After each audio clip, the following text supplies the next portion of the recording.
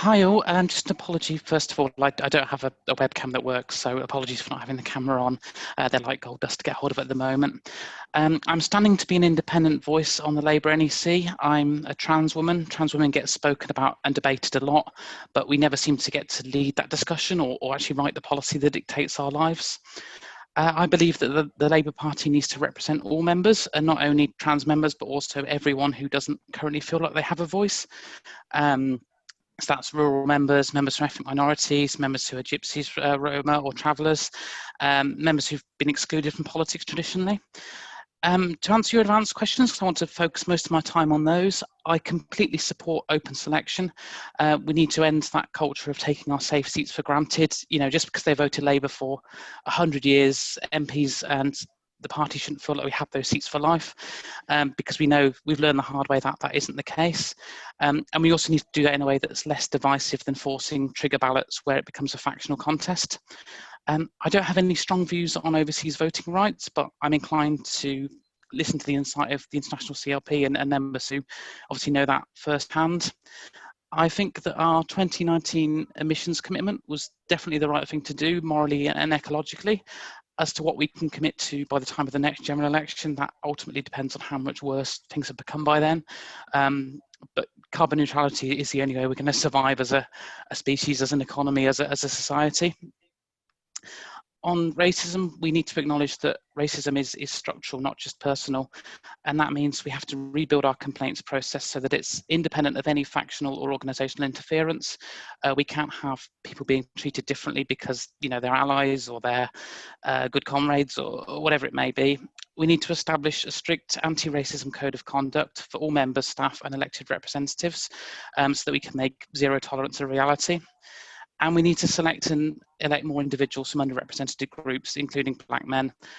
On a totally different level myself, I know that visibility matters for marginalised communities. I know what it's like when you're the only person in the room who sounds like you or who looks like you. I want us to return to power at the next election. The sooner we stop refighting the last 5 years and going over old conflicts and factional disputes, the sooner we can crack on with making that happen.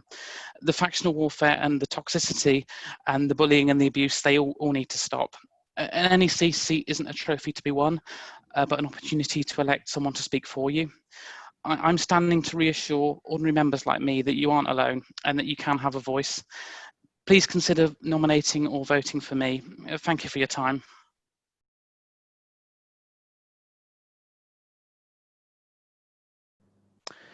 Hi, Mark, your questions. So on processes, first of all, I'm a business analyst, a BA in my day job. So this is something I'm really excited about, being able to drill into our processes and, you know, get those to work for us. I want all our internal processes, whether they're policy, complaints, diversity, equality, to all work for our membership and for the communities we come from, because otherwise there's really not much point to us in operating as a party. On bullying and hostility, I mean, it's pure evil, really. Some of the things we've witnessed, even that I've seen as an NEC candidate, happening towards younger members over the last few weeks and days. And reading the book that was released this week, Left Out, it's almost clear how right to the top of our party this goes at an organisational level. It's just normalised, and it would not be acceptable in any other workplace for any other employer or for any other employee. And just saying, you know, that's politics is not good enough. We need to be far stricter on bullying and harassment, and we need these to be enforced both with, you know, punitive sanctions and education where they're necessary. I think that our code of conduct needs to be strengthened, and it needs to be defined by engagement from all marginalised communities. Adopting the IHRA definition of anti-Semitism is, you know, a really good start towards that, and I'm 100% behind that. But we need to do the same for transphobia, talking to trans communities, towards racism, talking to Black, Asian, Gypsy, Roma, traveller communities, and towards every other community. You know, we're never going to get a handle on this unless we start taking it seriously, acknowledging that it exists and acknowledge that it happens. So that's where I am. That's, you know, a big passion for me. But thank you so much for asking that question.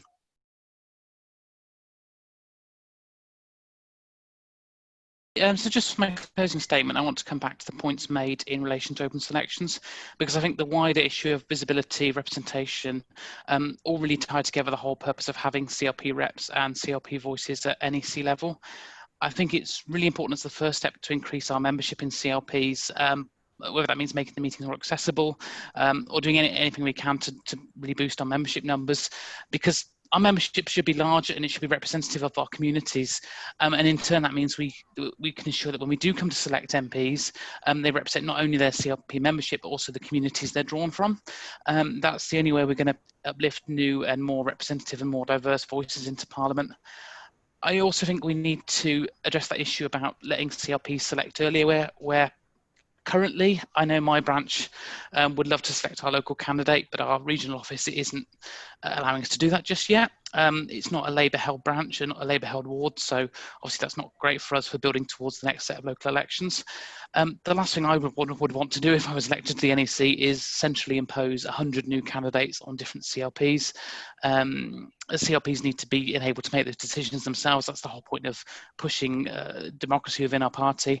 And also we need to ensure we're not caught on the hop by another snap election if that happens again. Our party needs to represent our membership, in my view, and our membership needs in turn to represent our communities, because that's the only way we're going to win as a party that represents Britain in 2024. Thank you so much to everyone at Labour International for really valuable hustings today. It's been really enjoyable to take part, so thank you.